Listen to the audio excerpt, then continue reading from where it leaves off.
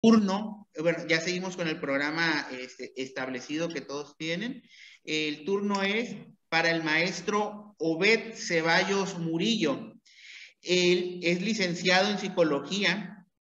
Él cuenta con 2 maestrías, una en psicología clínica y otra en dirección de negocios.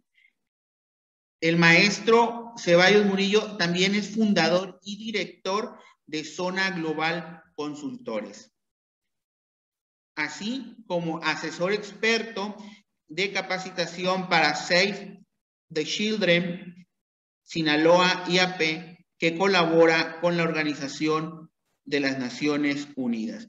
Entonces, maestro Ceballos, le dejo su escenario.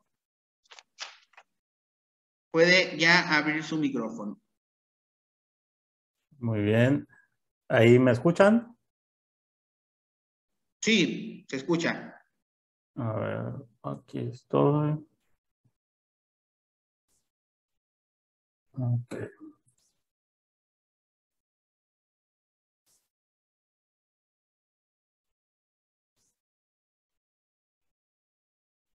Excelente. Pues antes que todo, muchísimas gracias, Luis Ángel, por la invitación. La verdad es que estoy muy contento de estar en este foro.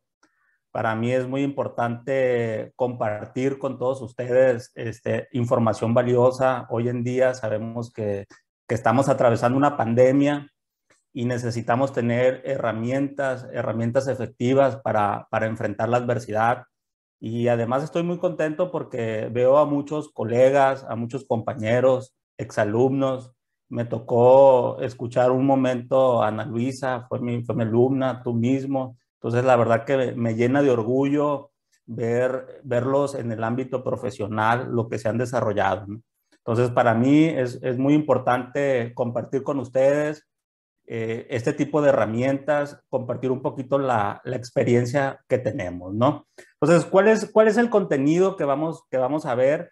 Pues vamos a ver 3 cosas bien importantes. El número 1, una pequeña introducción a las emociones, algo práctico, tampoco se trata de debatir las teorías, sabemos que son temas a veces polémicos porque pareciera que los teóricos no se ponen de acuerdo en que haya una sola teoría, sino hay muchas versiones, muchas teorías, de eso vamos a hablar un poquito. El número 2, me interesa mucho ver los antecedentes de un programa en habilidades socioemocionales, un programa exitoso, un programa que se está aplicando y que tiene resultados. Sobre todo eso me interesa mucho ver qué programa es, cómo es que se aplica y cuáles son los resultados que está obteniendo ese programa, ¿no? Y al final, el número 3, pues son técnicas socioemocionales para que esta plática no quede nada más en bonitas ideas, en experiencias, en compartir algunas anécdotas. Me interesa mucho que ustedes se lleven técnicas muy precisas que puedan replicar, ya sea con algunos pacientes, quienes sean psicólogos, psiquiatras, para algunas personas que puedan aplicarlas para ellos mismos, ¿no? Esa es la finalidad del contenido. Vamos a dejar un espacio al final para algún comentario, alguna pregunta, alguna inquietud o bien alguna pedrada, ¿no? Como decimos a veces. Quiero empezar con esta imagen. Quiero que la vean, qué es lo que observan. Pónganme ahí en el chat, estoy viendo aquí el chat. Eh, ¿Qué es lo que ven? ¿Qué les dice esa imagen? ¿Qué sentimientos les genera? A ver, hay que ejercitar un poquito los dedos, el índice, el pulgar. ¿Qué les dice? Ok, nada más. Aquí está, por aquí. Una caja, muy bien. ¿Qué más? Paz. Luis Ángel dice que le transmite paz. ¿Qué más? ¿Qué más? A ver, pónganme en los comentarios. Simetría, exacto, muy bien. Recuerdos, excelente. Fíjense que cuando hago este ejercicio, la mayoría de las personas pues me refiere pues que ve una caja, ¿no? Que ve una caja, que ve un cubo. Y tienen toda la razón, ¿no? Es una caja que aparentemente pues es de madera. Pues resulta que si yo les doy más elementos, esta caja, déjenme, aquí está. Esta caja realmente es una obra de arte. Esta caja se exhibe en un museo en Nueva York, está valuada en miles de dólares. Es una caja de madera, es una caja de nogal. ¿Y qué la hace tan especial? Porque es una obra de arte. Fíjense que esta caja, cuando las personas en el museo se acercan a apreciarla, se puede escuchar un sonido que emite desde el interior. Desde el interior hay un componente que el artista desarrolló para que la caja emita un sonido cuando se estaba construyendo la caja, ¿no? Se escuchan serruchos, se escucha cómo se está lijando la madera, se escucha por ahí un martillo. O sea, la elaboración de toda la caja es lo que se empieza a escuchar.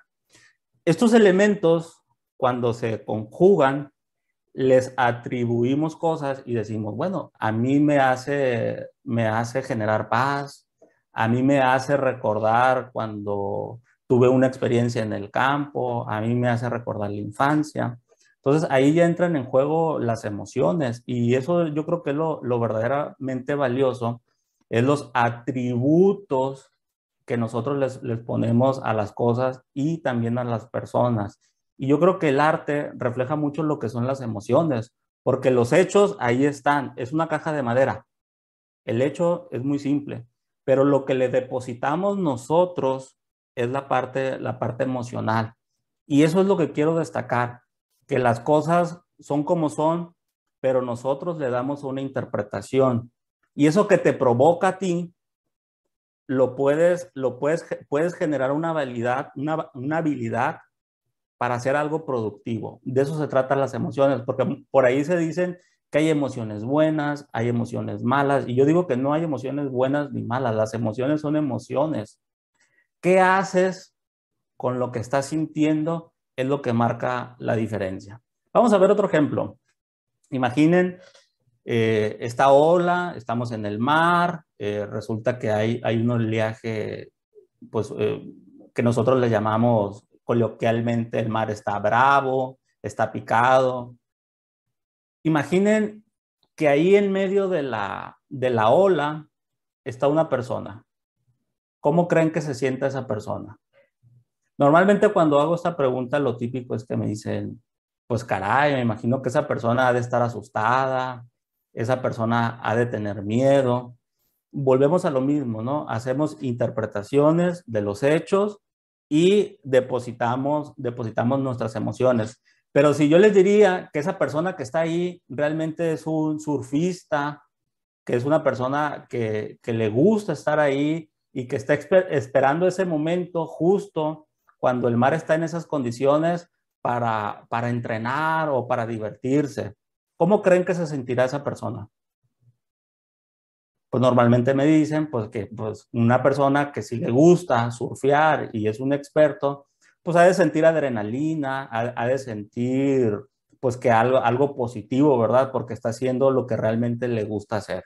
¿Se fijan cómo en los dos contextos el manejo de emociones cambia a través de la interpretación que le damos a las cosas? Entonces yo les diría en este pequeño resumen, es que las emociones afectan la forma de ver el mundo. Definitivamente, si tú no sabes gestionar esas emociones, para ti las oportunidades pueden ser amenazas, a lo mejor una situación como la que estamos atravesando todos, lo puedes ver como lo más caótico, que realmente ya no hay una salida, ya no hay esperanza, te puedes hundir en el dolor, ¿no?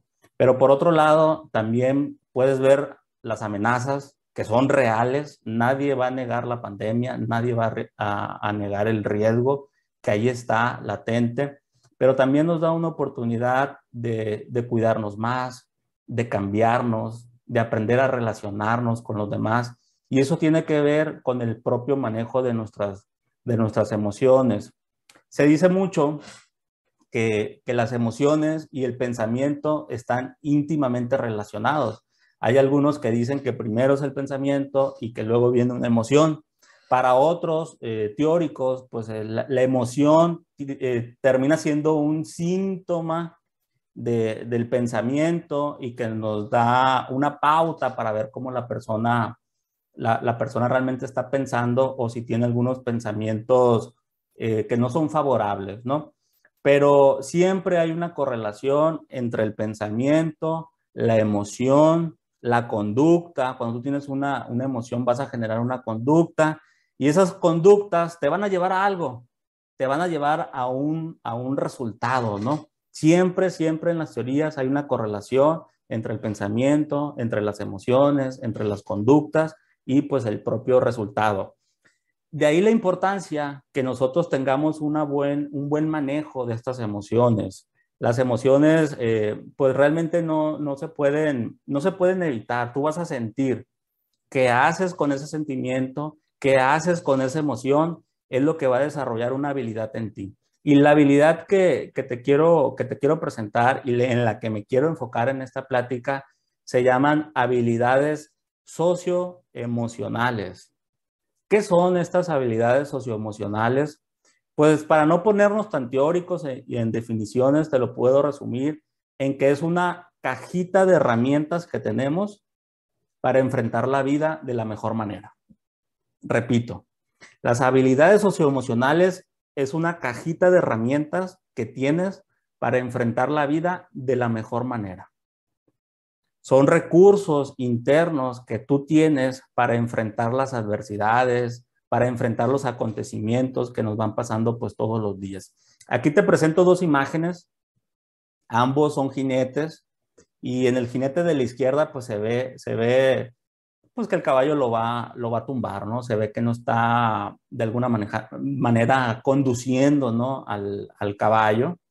Entonces se ve que va a caer, ¿no? Entonces, si representamos esto en un ejemplo, pues pudiera ser que esta persona no tiene un manejo, ¿no? Si hacemos la analogía, no tiene un buen manejo de lo que serían las emociones. La imagen de la derecha, pues vemos a un jinete, bien concentrado, lo vemos con una meta, pasando una meta, lo vemos siendo parte del proceso, ¿no? Conduciendo al caballo. Entonces estamos hablando que esa sería una persona que maneja esa parte emocional importantísima. Entonces, una persona que ha desarrollado habilidades socioemocionales, cuando tiene una situación, son personas que buscan ayuda. Eso es bien importante. Cuando tú desarrollas estas habilidades, reconoces que tienes un problema, reconoces que algo te puede sobrepasar y buscas ayuda. Es de una persona de una habilidad muy alta. Es una persona que tiende a conocerse a sí mismo, cuáles son sus ventajas, cuáles son sus desventajas, sus áreas de oportunidad, en qué se necesita enfocar. Es una persona que aprende a relacionarse con los demás, aprende a hacer equipo, aprende a trabajar de manera colaborativa, aprende que en la vida necesitamos de los demás y que es importante ser equipo, ¿no? Es una persona que está tomando decisiones, sabe que puede haber emociones como el miedo, que muchas veces escuchamos, ¿no? En redes sociales de lo que hablábamos ahorita, estas frases que tratan de que todo es éxito, no tengas miedo, sin miedo al éxito, ¿no? Que está muy de moda, pues a lo mejor nos mandan un mensaje no adecuado, porque pues somos seres humanos, es una emoción básica el miedo, y por supuesto que necesitamos del miedo para superar muchas cosas. Las emociones nos ayudan a adaptarnos a la vida. Si no tuviéramos miedo, pues imagínense el caos que sería la vida, ¿no? Entonces, lo importante es no quedarte con esa emoción, no vivir eternamente con el miedo, sino saberla manejar, porque si no te puede pasar como la tercera imagen, ¿no? Si no aprendes a desarrollar esa habilidad, pues las propias emociones pueden ser tu gran enemigo, porque te quedas en ese mismo estado y no avanzas. Y cuando no avanzas, pues realmente estás retrocediendo como persona, y después vienen un sinfín de problemas y psicopatologías, ¿no? Que ya hemos abordado un poquito en las conferencias.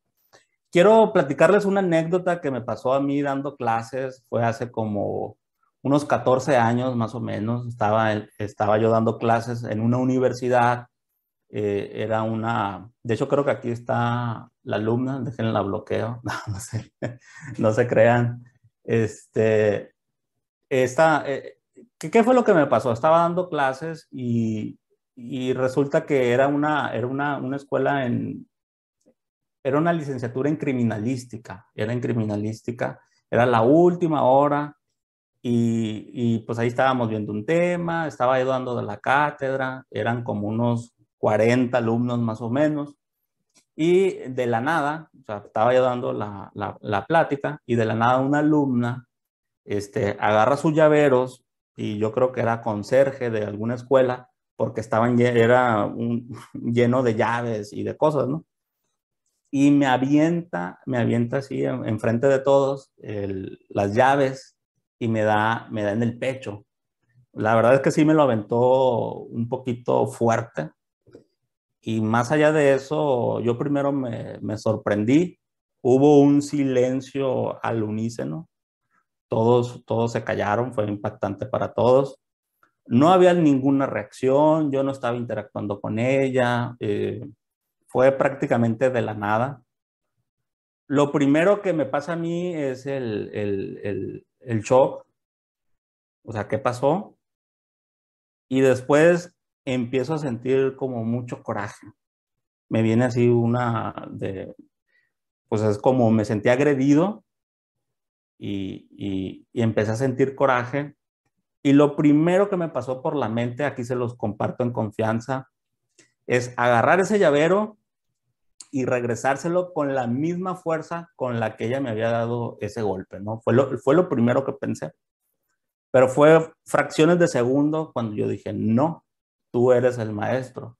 Y del maestro se espera mucho más, ¿no? Entonces me detuve y yo lo que hago es me salgo del salón, me voy a dirección, les comento lo que había pasado y ya estando en dirección, ya platicándolo, yo me calmo un poquito. O sea, me calmo y me hago esta pregunta que me rompe del círculo vicioso que es la agresión, porque el agresivo te agrede para que tú lo agredas. Al final es lo que busca provocarte para que tengas una reacción y continuar con el círculo de la agresión, ¿no? Entonces la pregunta que yo me hice, a ver, yo no interactué con ella, yo no le dije nada, no había ninguna situación. ¿Qué le estará pasando a esta muchacha para que reaccione de esta manera? Cuando yo me hago esa pregunta, me saca de ese estado emocional en el que estaba y empiezo a preocuparme por ella. Fíjense cómo cambia todo. Empiezo a preocuparme por ella. Yo ya tranquilo, me subo, pido hablar con ella y lo primero que le digo es que no estoy de acuerdo en la manera en que actuó, que para mí eso es reprobable, que no estoy de acuerdo. Se lo dejo muy en claro, de manera firme. Y ya después les digo, pero te quiero escuchar, algo te está pasando. En cuanto yo le digo esa palabra, algo te está pasando, yo te quiero escuchar, la muchacha empezó a llorar y a llorar y a llorar y a llorar. Después de llorar, me comentó una serie de cosas que estaba viviendo, la verdad, cosas personales muy fuertes, muy, muy fuertes. Yo creo que nadie de los que estábamos ahí en el salón nos imaginábamos que ella estaba viviendo esa situación. Yo, por supuesto que respeté el espacio de ella, respeté que la confianza que me tuvo en ese momento de sacar. Evidentemente, como psicólogos, no podemos dar consejos, tampoco era el espacio terapéutico, simplemente la escuché, la acompañé, no le dije nada, no, la verdad es que no le di ninguna recomendación ni nada, simplemente la escuché. Así quedaron las cosas, pero yo noté que conforme fue pasando el tiempo, ella fue modificando su conducta de manera positiva, ¿no? Evidentemente no repitió jamás esa situación. Recuerdo que siempre era la primera que estaba en clase, cumplía con sus tareas, siempre participaba de una manera, o sea, había un cambio en su conducta, ¿no? Así quedaron las cosas. A los años, pues ella se graduó y demás. Yo ya no volví a verla, ¿no? Pero a los años me la encontré un día en la calle, ¿no? Entonces cuando la vi dije, eso ahí viene la alumna que me aventó las llaves, ¿no? Lo primero que hice es como quererme esconder, pero no lo logré, ¿no? No me escondí.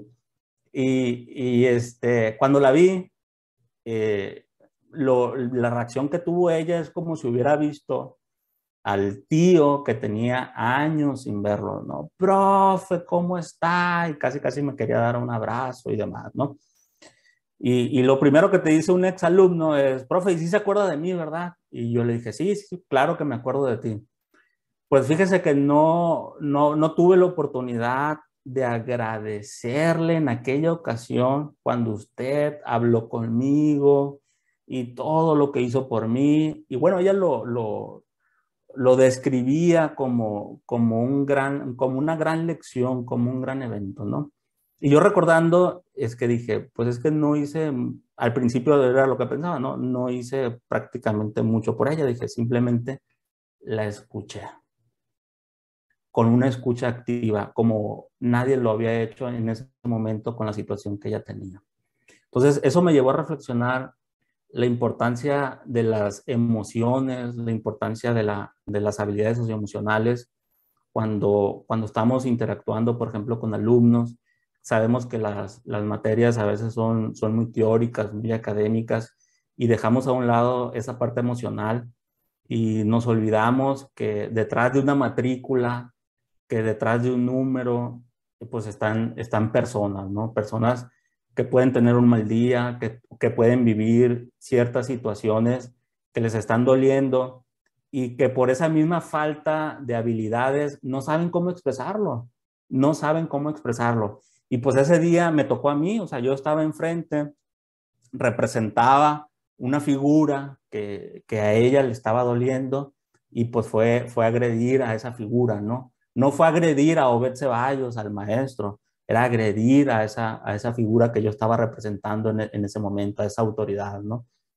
Y la verdad que fue una gran lección, pero también fue una gran lección para mí, porque cuando uno esto lo repite teóricamente, pues es muy sencillo, pero cuando lo vives y dices, caray, estuve a punto de reaccionar, de ser reactivo ante esa situación, porque lo primero que se me vino a la mente fue regresarle ese, ese golpe que me había dado, ¿no? Evidentemente yo hubiera salido perdiendo, no se le hubiera dado el contexto, no hubiera estado bien que una persona como docente hubiera agredido a una alumna, ¿verdad? Entonces, eso es lo que te quiero hablar. ¿Qué podemos hacer?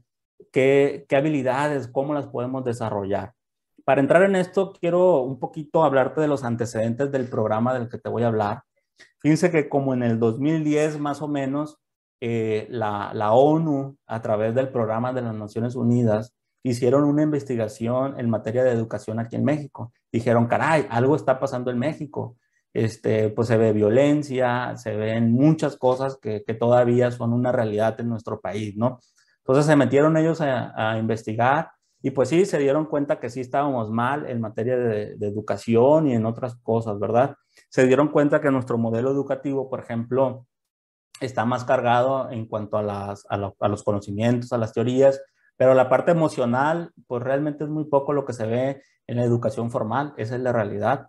Son materias aisladas, no nos enseñan a desarrollar estas habilidades que tan importantes son para nuestro desarrollo personal y profesional.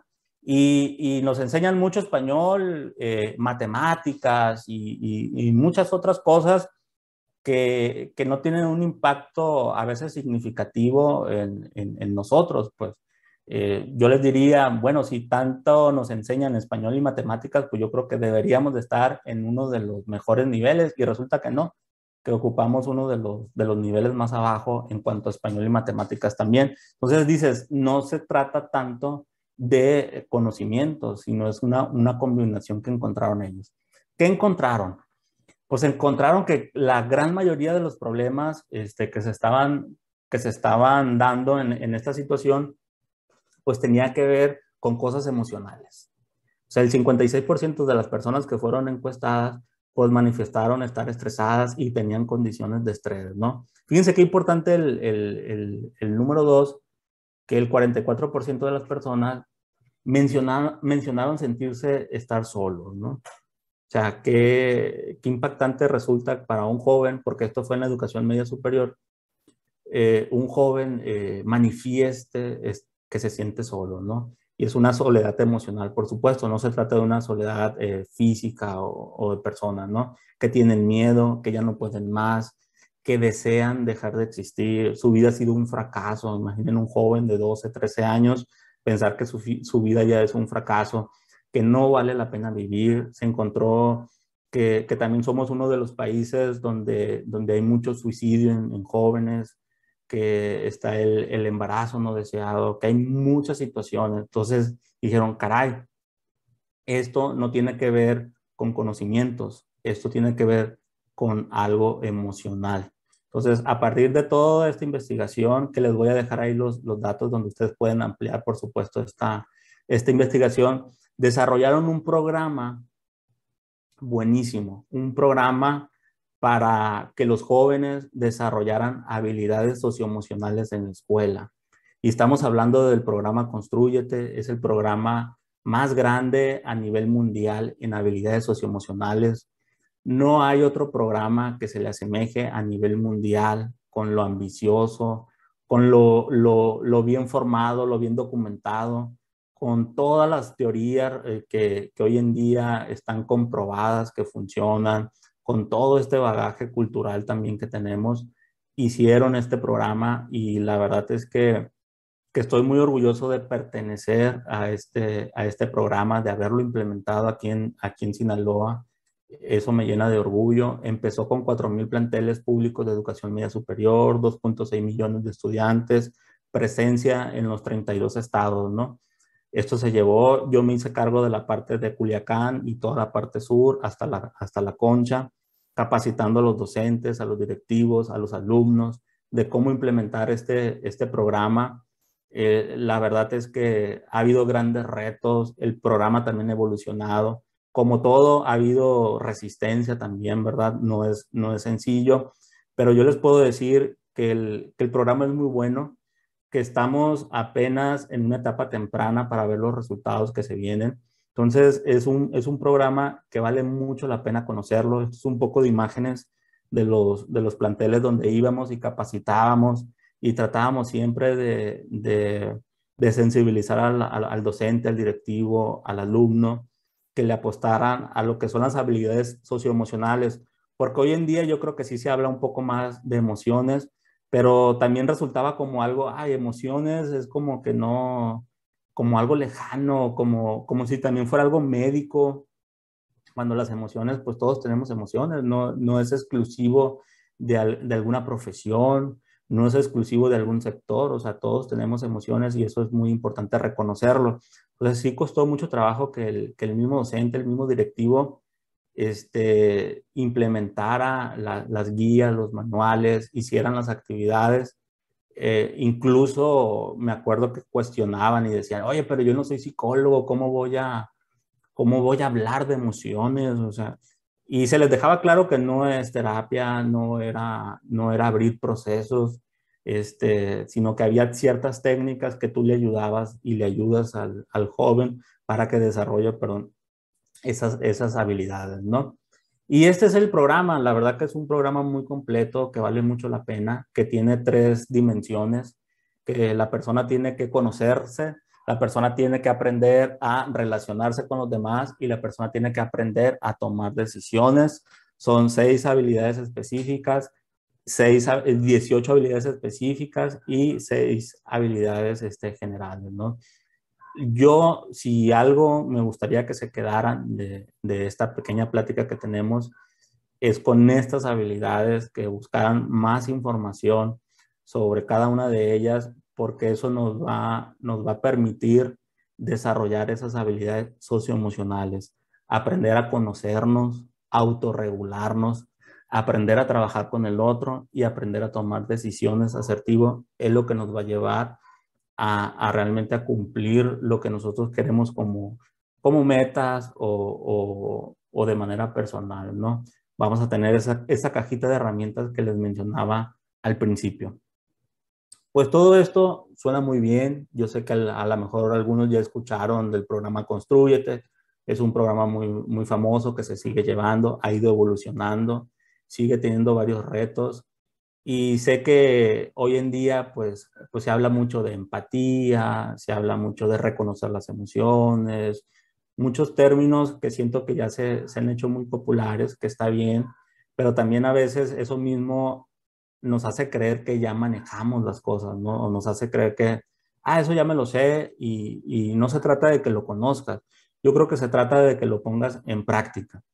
Les voy a comentar otra anécdota que tuve aplicando el programa con unos maestros, eran unos directivos, y resulta que estábamos viendo el tema de conciencia social, el taller era muy dinámico, o sea, mirábamos un poquito teoría y lo aterrizábamos con dinámicas de alto impacto para que las personas tuvieran un aprendizaje significativo, ¿no? Y resulta que hablábamos de conciencia social, la importancia del otro, la importancia del medio ambiente también vimos ese día y todo muy bien, ¿no? Y yo al final siempre, maestros, ¿qué les pareció? ¿Con qué nos quedamos? Y bueno, se manejaron varias reflexiones, todos muy emocionados, muy motivados para llegar a cada uno a su plantel y empezar a implementar todo lo que estaban aprendiendo. Pues resulta que todos agarramos nuestras cosas, ya nos íbamos del taller, un taller que duró, eran sesiones de 8 horas y les iba a dar toda la semana, ¿no? Entonces ya íbamos todos cansados cuando mi asistente me dice, oye, voltea para atrás. ¿Quién va a limpiar todo eso, no? Ahí estuvimos alrededor de 50 maestros debatiendo sobre la importancia del cuidado del medio ambiente, la importancia de cuidar al otro, etcétera, etcétera, ¿no? O sea, volvimos a recomponer el mundo, la sociedad y bueno, hicimos miles de cosas y yo dije, caray, ¿cómo es que decimos una cosa y hacemos otra, ¿no? O sea, acabamos de ver este tema y no fuimos capaces de limpiar el aula, no fuimos capaces de dejar las cosas como las encontramos, ¿no? Entonces yo tomé estas fotos y al día siguiente pues ya los vi muy temprano y les volví a preguntar, maestros, ¿qué les pareció la sesión de ayer? No, que muy bien, y volvieron a decir lo mismo, ¿no? Bueno, quiero presentarles unas fotos y le presenté esta foto. Hubo un silencio incómodo. Los maestros, algunos empezaron como a reír en voz baja, así como que apenados algunos. Y luego empezaron el juego de echarse la culpa, ¿no?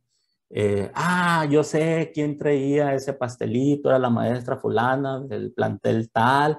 Y maestra, ¿cómo es posible?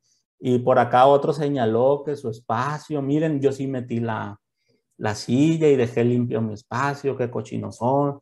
Entonces ellos empezaron a echarse la culpa, ¿no? Algunos empezaron a victimizar. Yo los dejé. Y, y simplemente lo que generó el cambio es que cuando ya se cansaron ellos de jugar el rol de víctimas, empezaron a tomar conciencia. Hubo un maestro que dice, es que yo conozco de lo que son capaces los maestros en el aula, comentó.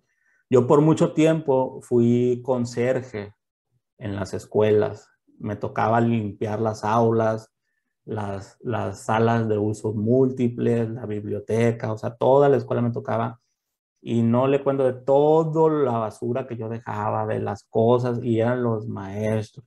Entonces el mismo docente empezó a generar una conversación donde todos nos sentimos identificados, todos nos sentimos identificados. Y decía, caray, ¿cómo es posible que decimos una cosa y hacemos otra? Bueno, al final yo ya no les dije nada, ni siquiera tenía la autoridad o el poder de decir, maestros, quien no limpie su espacio, le voy a quitar un punto o voy a hacer tal cosa o va a tener alguna sanción. Nada. No era mi rol, no era mi papel y no es mi manera de actuar. Pero al final de cada sesión, los docentes dejaban así el aula. Nadie les decía nada. Aquí, ¿qué pasó? Yo les puedo decir, o si me preguntan ahorita, oye, Obed, entonces exhibir a las personas es un método para que ellos entiendan o cambien. Yo te diría que no. No se trata de exhibir, yo creo que se trata de realmente llegar a las entrañas, de llegar a ese conocimiento de las cosas, de la conciencia, pero necesitas la sensibilización. Entonces, para mí, si no hay sensibilización, la teoría no va a hacer nada. Al final es teoría, al final es humo, al final es algo que ahí está, que no es tangible, pero si no lo aplicamos, si no lo introyectamos en verdad, nada va a ser por nosotros. Entonces, para mí me quedó claro que cualquier programa en el cual yo estuviera y lo aplicara, necesitamos sensibilizar a las personas. Y siento que ese es el punto que le ha faltado al programa para tener mucho más resultados, ¿no? Que sensibilizar a cada una de las personas que aplique el programa para que realmente se lleve a cabo, para que realmente se introyecte como se debe de introyectar. Yo hace tiempo dejé de laborar para ese programa y lo que hice con toda esa expertise lo adapté al mundo empresarial. Hace 6 años fundé una empresa que se llama Zona Global Consultores. Es una empresa que va enfocada a las empresas y con toda esta expertise de que traía de las emociones, adapté algo que yo llamo la terapia empresarial, donde en lugar de ver a directivos, alumnos, docentes, pues ahora son directores de empresa, ahora son gerentes, son colaboradores y manejo esta parte emocional, pero siempre buscando la sensibilización, siempre buscando el cambio a través de las emociones. Y la verdad es que hemos tenido resultados extraordinarios, extraordinarios en estos 6 años y yo les puedo decir que es un programa que funciona, es un programa que vamos a ver resultados extraordinarios porque así está diseñado, lo he comprobado y no solo en un ambiente educativo, sino en un ambiente empresarial. Entonces, hoy por hoy que estamos en una pandemia, que estamos en una situación muy complicada de la humanidad, donde se habla que puede venir una cuarta ola, yo te diría que el programa donde tú desarrolles este tipo de habilidades socioemocionales te van a ayudar muchísimo. De manera concreta, ¿en qué? Primero, en conócete a ti mismo. Esto es tan antiguo, tan milenario, ya los griegos en la antigüedad nos decían, conócete a ti mismo, ¿no? Los filósofos del que me pongas ha hablado de este tema, ¿no? Sin embargo, estando en pleno siglo XXI, pues parece que todavía no desarrollamos estas habilidades para realmente conocernos, ¿no? ¿Qué hay dentro de Conócete? Tenemos 3 habilidades importantísimas. Autoconciencia, o sea, realmente quiénes somos. Autorregularnos. Si no podemos regularnos a nosotros mismos, no vamos a poder avanzar. Y tener una determinación hacia dónde vamos, ¿no? Es muy importante. Para conocernos, yo te diría como psicólogo, sí o sí, hay que ir a psicoterapia. El modelo que a ti te guste, el modelo con el que tú te sientas cómodo. Sabemos que existen más de 300 estilos de psicoterapia registrados. El que más te acomode. Yo en la práctica común, lo que me ha funcionado mucho es la teoría cognitivo-conductual, por el tipo de personas con el que trabajo, con el tipo de problemáticas que he encontrado. La teoría cognitivo-conductual me ha dado excelentes resultados, pero esto no se trata de teoría, ¿no? Se trata de que tú busques conocerte a ti mismo y yo te diría, sí o sí, con un profesional, eso te va a ayudar muchísimo. Si no quieres con un profesional, existen otras técnicas que puedes hacer que no tienen la misma profundidad, no tienen la misma importancia que las otras, pero sí te pueden ayudar. La rueda de la vida es una técnica muy sencilla, mucha gente la conoce, pero que si tú lo haces de manera comprometida, realmente haciéndolo con conciencia, queriendo un resultado, te va a ayudar. ¿Y qué es la rueda de la vida? Pues es ir autoevaluando cada área de tu vida, que puede ser personal, puede ser laboral, la puedes dividir en varias áreas y vas puntuando, vas evaluando cómo te sientes. Al final trazas los puntos y te vas a dar cuenta que en qué área la rueda pues está ponchada, en qué área tienes que trabajar, cuáles son las áreas que salen mejor evaluadas y te está marcando un camino en el que tú te puedes ir preparando, porque también uno sabe dónde está fallando, uno sabe en qué tiene que trabajar, en qué tiene que buscar ayuda, ¿no? Entonces ya depende de uno. Entonces la rueda de la vida es una técnica que les recomiendo muchísimo, que todos podemos utilizar. La verdad, hay mucha información en internet. Si aún así necesitan ustedes más información, con gusto al final les dejo mi correo, les puedo dar información, pero vale la pena aplicar esta técnica para conocernos. ¿Qué ventaja te va a dar conocernos? Pues muchísimo, muchísima ventaja. Vas a saber en qué te tienes que enfocar y sobre todo en qué no te tienes que enfocar. Puedes descubrir por ejemplo, tu propósito de vida, tus fortalezas, puedes hacerlas más fuertes todavía, ¿no? Antes había mucho la teoría de que fortalezas y debilidades, eso nos lo dijeron por mucho tiempo. Pero ¿qué pasa si una debilidad tú te enfocas demasiado? Pues puedes caer en el error de que si saco 10 en artística y 5 en matemáticas, pues resulta que ese 5 lo puedo llevar a 6 esforzándome, pero descuido esa otra habilidad que ahí estaba, ¿no? La parte artística, ¿no? Por decir un ejemplo. Entonces, hoy por hoy, las teorías, las investigaciones, lo que nos dicen es que enfócate en tus fortalezas, o sea, si ya eres bueno en algo, entonces vuélvete mucho mejor. No, ojo, no el mejor, porque luego compramos esa idea, no, tengo que ser el mejor cuando eso es utópico, es algo que te va a llevar a una distorsión cognitiva, ¿no? Entonces, usa la rueda de la vida, te va a ayudar para esa primera instancia, saber en qué tienes que trabajar, en qué estás bien y qué puedes estar mucho, mucho mejor, ¿no? Yo te diría que algo muy importante de la persona que se conoce es la persona que se puede autorregular, ¿no?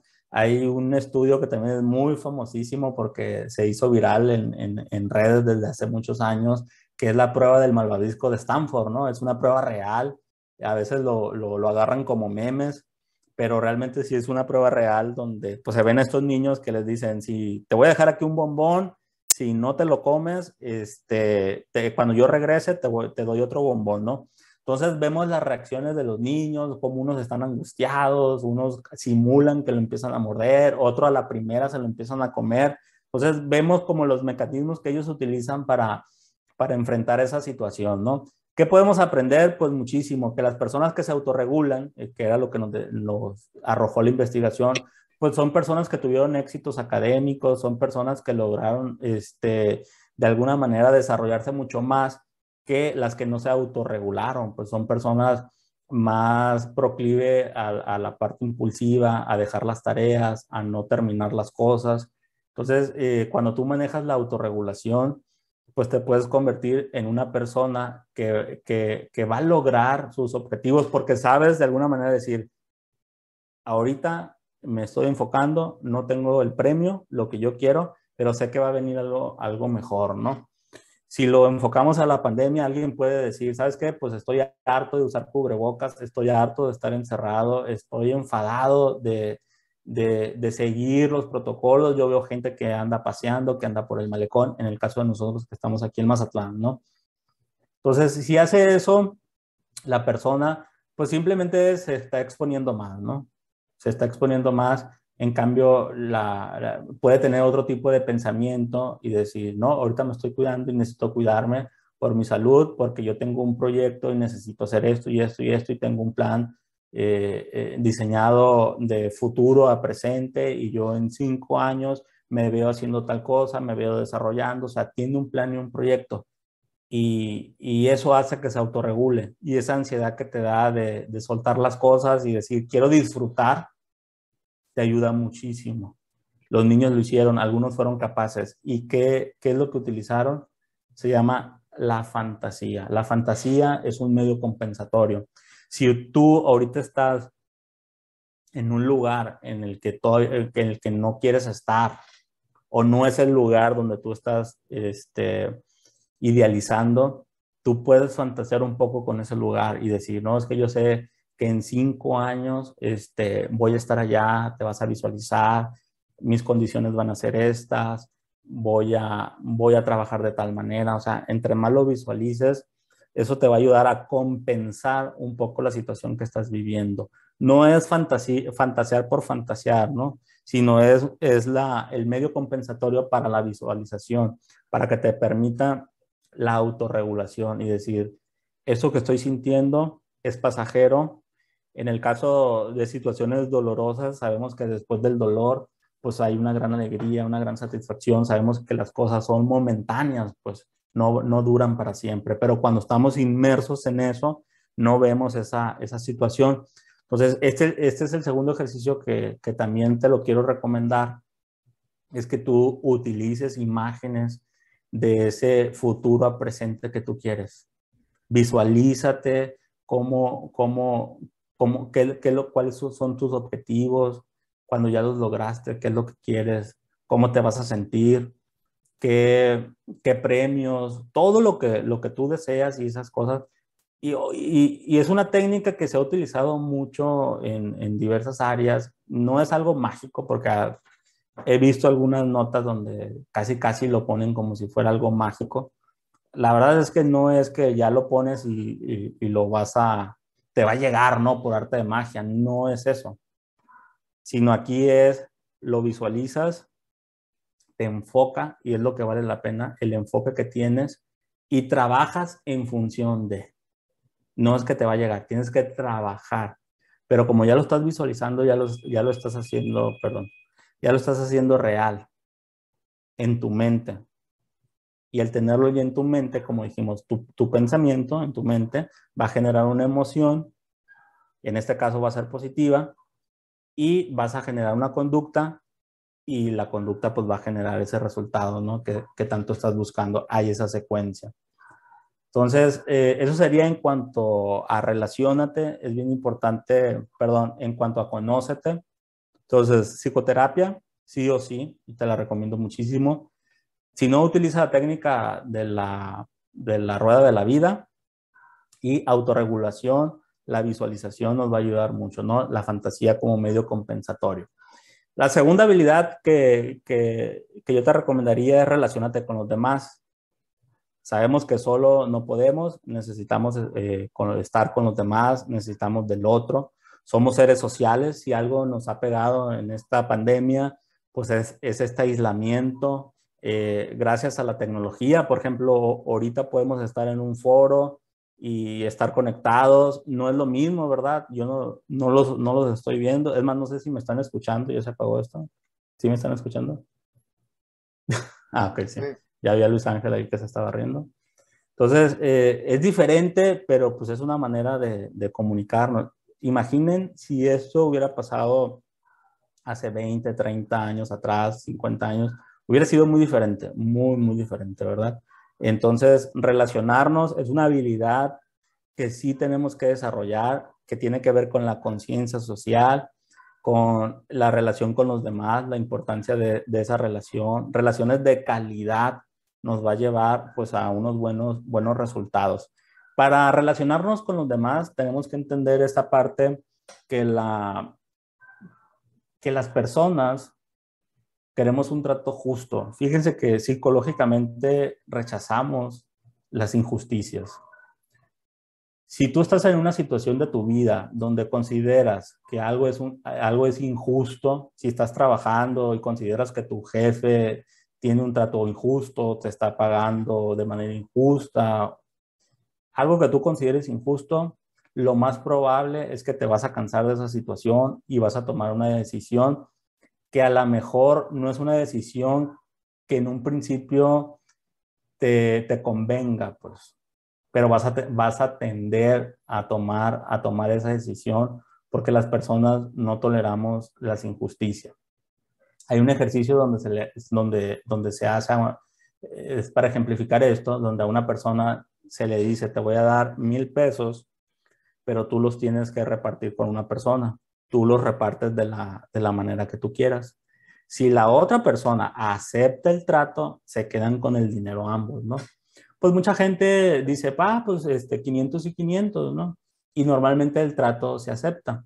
Pero hay personas que ven la ventaja de que ellos son los que reparten el dinero y dicen, bueno, pues a mí me lo dio, yo lo voy a repartir, yo me voy a quedar con 900 pesos y yo te voy a dar 100 pesos. En la mayoría de los casos, cuando la repartición que hace la primera persona es demasiado para ella y poco para el otro, dices, no voy. Y la pregunta que surge, oye, ¿por qué no aceptaste? Si, ok, te está dando 100 pesos, pero son 100 pesos que tú no tenías, son 100 pesos muy buenos. ¿Por qué dices que no a 100 pesos? No, porque estoy viendo que la otra persona se está quedando con 900 pesos. O sea, lo ve injusto. Pues al final del día es eso. Las personas evaluamos mucho la parte de la justicia. ¿Es justo? ¿No es justo? Y eso tienes que cuidar mucho, porque cuando nos estamos relacionando con los demás, tendemos a no ver la parte de la justicia, pensamos mucho en nosotros y poco en los demás. Entonces, si quieres hacer equipo, maneja muy bien la parte de la justicia, la parte de la cooperación. De hecho, está comprobado también científicamente que una persona, cuando tú cooperas con la persona, la persona activa un principio que se llama el principio de la reciprocidad. Como cooperaste conmigo, me siento en deuda. Psicológicamente me siento en deuda. Entonces voy a cooperar contigo. Eso está comprobado. ¿Qué se nos ha dicho, por ejemplo, en la naturaleza? Que el animal fuerte se come al débil, ¿verdad? Eso es lo que siempre hemos escuchado y eso pasa. Pues esa ley natural, por llamarla así, se rompe cuando el pequeño le ayuda al grande, el grande no se come el pequeño. Ese experimento se vio, por ejemplo, en los pez mero. El pez mero, pues es un pez grande que tiene un hocico así muy enorme también. Pues resulta que hay unos pececillos que se le acercan a ese pez, a los dientes, y se empiezan a comer toda la carroña, los gusanos que tienen el pez, y el otro abre el hocico y como si fuera al dentista, se queda con el hocico abierto y los pececitos estos carroñeros empiezan a comer le empiezan a hacer una limpieza en los dientes, pues. Y el, y el, y el, y el pez no lo traga, no cierra el hocico porque el otro le ayuda. Entonces, si lo trasladamos a esto, cuando estás trabajando en un equipo, estás en una empresa, cuando estás en una empresa, el líder, el jefe, lo primero que hace que, pues casi, hagan esto, trabajen, casi como con el látigo, ¿no? Como antes, ¿no? Como en las películas se miraba, pues la gente no va a cooperar. Qué diferente es que si el líder pone el ejemplo, si el líder empieza a trabajar, empieza a cooperar, ya ni siquiera, créanme que ya ni siquiera les tiene que decir lo que tienen que hacer. La gente empieza a cooperar, la gente empieza a activarse el sentido recíproco, pues me ayudaste, yo te voy a ayudar. También hay de todo, ¿no? Gente, aunque le ayudas, no necesariamente va a ayudar, pero es un proceso y funciona muy bien, la verdad. Entonces, algo de lo que nos funciona mucho, pues es lo que hemos hablado de la empatía y también, aparte de la empatía, yo te diría la toma de perspectiva. Porque hablamos mucho de empatía y siempre, cuando decimos empatía, lo primero que piensa la gente es ponerse en los zapatos de otro. Pero la empatía es mucho más que eso, ¿no? Y es una parte emocional. Yo te diría que la toma de perspectiva, que vendría siendo más como ponerse en los zapatos del otro, es preocuparse qué es lo que está viendo el otro que yo no estoy viendo. Eso es bien importante, porque aquí entra en juego las percepciones. Y cuando tenemos percepciones equivocadas o diferentes, es donde empiezan a generarse los problemas y los caos, ¿no? Entonces, lo primero que tendríamos que hacer es alinear esas percepciones. Es como la imagen del 6, ¿no? Pues uno ve el 6 y otro ve el 9. ¿Cuál está bien? ¿Cuál está mal? O sea, es dependiendo de la perspectiva, pues es la toma de perspectiva. La empatía, entiendo lo que sientes, empatizo con ese dolor, pero la otra es, veo lo que tú estás viendo, son bien importantes. Esto yo lo he llevado a las empresas mucho y les puedo decir que se ven cambios contundentes en poco tiempo, porque lo que hago es un alto estratégico. Todo el mundo está ocupado, todo el mundo tiene mucho trabajo, todo el mundo está en sus actividades aparentemente. Yo les digo, no es mucho trabajo, es trabajo acumulado, pues dejamos que se vaya acumulando. Y les digo, vamos haciendo un alto y lo que hago es eso, de que es una junta que no dura más de una hora, donde todos vamos a ver el 6 o todos vamos a ver el 9. Alineamos los procesos, alineamos la percepción, alineamos la empatía, porque cuando vas a una empresa te das cuenta de, no, es que se echan culpa entre departamentos, o sea, nadie tiene la culpa, ¿no? Tú les preguntas, oye, ¿qué está pasando en la empresa? No, es que son los de recursos humanos, no, es que son los de operación, son los vendedores, son los de administración, es el dueño. O sea, resulta que ahora el dueño es el culpable de todo, ¿no? Cuando no, o sea, no se trata de nada más señalar. Y hago esa junta donde es alto, un alto estratégico, literalmente separa todo y empezamos a trabajar la parte de las percepciones, la parte de la empatía y salen un montón de cosas bien interesantes y yo les puedo decir que incluso en 2 semanas hemos logrado resultados extraordinarios, resultados extraordinarios.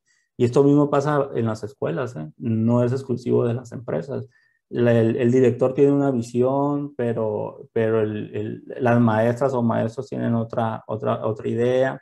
Y tú vas a las escuelas, cuando tuve la oportunidad de ir a todas estas escuelas, a conocer a cientos de maestros, te das cuenta de están peleados, están peleados. Resulta que la de la biblioteca no le habla al director, el director no le habla a un grupito y bueno, y el que cuida la puerta. Entonces, tiene que ver eso, o sea, las percepciones. ¿Qué estrategia te recomiendo? Esta, el alto estratégico, alinearse, hacer una junta con el equipo. ¿Quieres realmente que tu equipo funcione, que la gente responda? Coopera con ellos y la percepción, cuida la percepción de ellos a través de esa junta, ¿no? Y sobre todo la parte de la escucha activa. Ya te decía el ejemplo de la alumna, estaba en una situación donde nadie le estaba prestando atención, nadie la estaba escuchando, convivía con mucha gente, pero nadie tenía una escucha activa. ¿Y qué es la escucha activa? Mis 5 sentidos con la persona realmente escuchando. Siempre, yo a veces les digo, hay personas que no escuchan, hay personas que simplemente hacen pausas. Están hablando, pausa, y luego empiezan a otras a hablar, y pausa. Eso no es escuchar. Entonces, este ejercicio lo practico mucho con los directores. Director, ya no estés, ya no hables, ya no vas a hablar, quiero que escuches. Y se da cuenta lo que está pasando en su empresa, ¿no? Y por último, tenemos la toma de decisiones asertivas, ¿no? Ok, me conozco, me puedo autorregular, puedo trabajar con los demás, pero necesito tomar decisiones asertivas, porque todos los días tomamos decisiones. El problema no es tomar una decisión, el problema es que esas decisiones sean las mejores que se puedan, ¿no? Hay un ejemplo que también les pongo mucho, un caso real a quien salió una nota en el periódico de una persona en una colonia determinada, estaba muy enojado con su vecino porque el vecino constantemente ponía la música muy alta y eso le desesperaba mucho a la persona.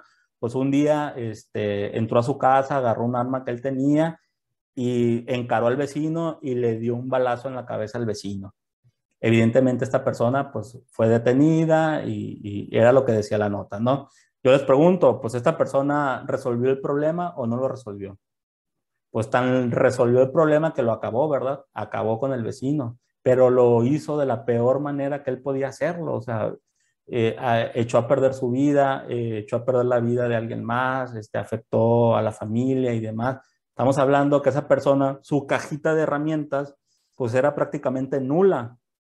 La única decisión que pudo tomar es acabar de esa manera con el problema.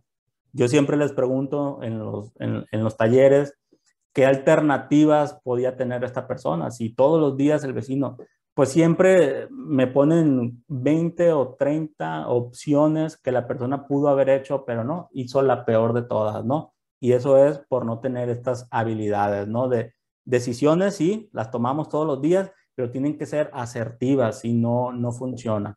¿Qué podemos hacer para tomar estas decisiones? Yo te diría que algo que funciona muchísimo es que tú desarrolles un plan de acción, que tú tengas tus metas, qué es lo que quieres en la vida, pero que las escribas, porque si le pregunto a alguien, ¿tú sabes lo que quieres hacer? ¿Tú cómo te visualizas en 5, en 10 años?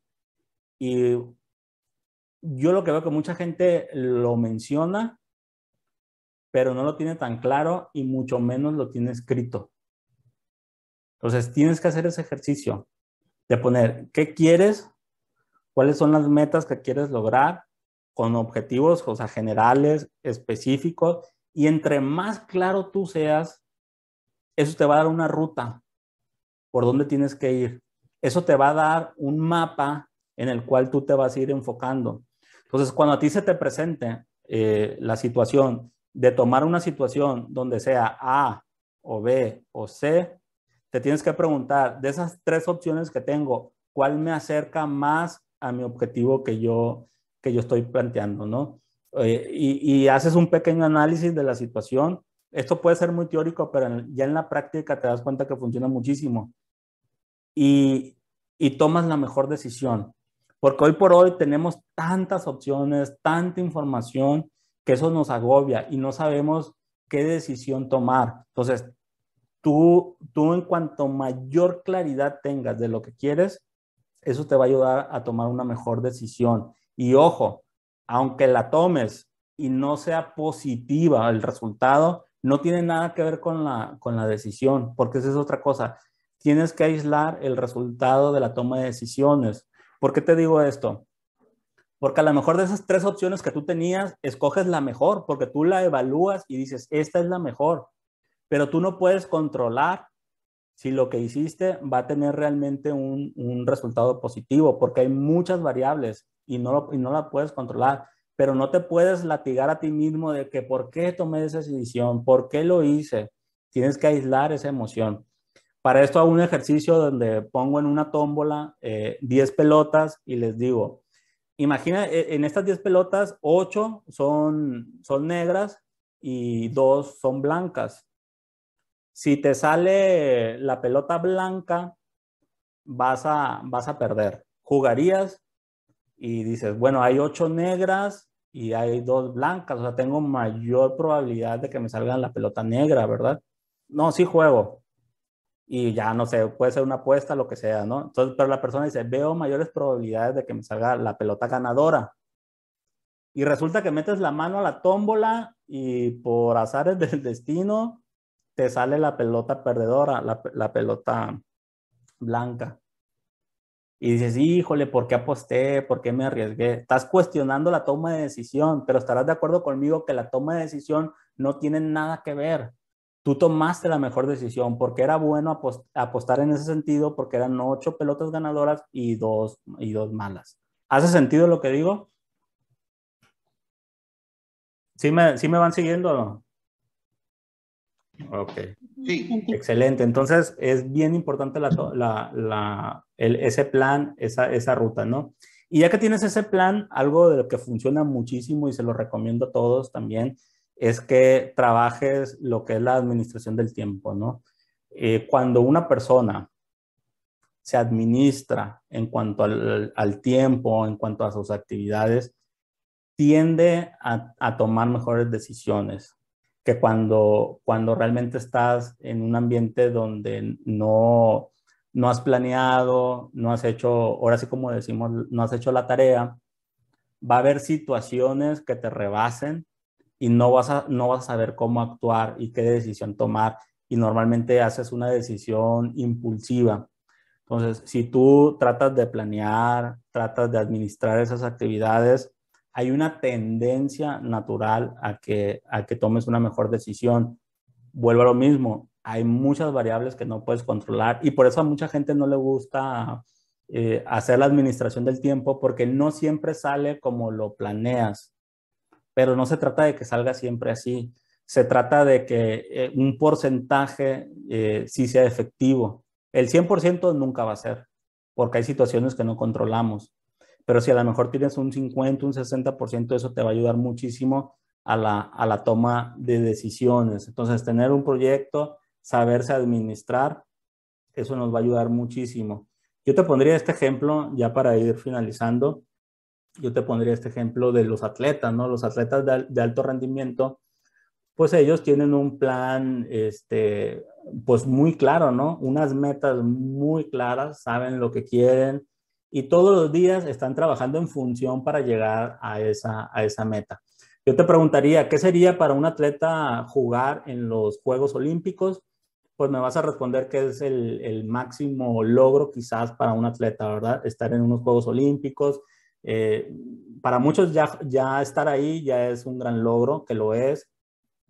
Otros dirán ganar una medalla de plata, oro o bronce, ¿no? Pero tú no controlas todas las variables. Entonces, a lo mejor tú vas, como el caso que te quiero presentar de Derek Redmond, pues él toda su vida, desde niño, pues había trabajado en función de esa meta. Desde niño sabía lo que tenía que hacer, sabía lo que quería.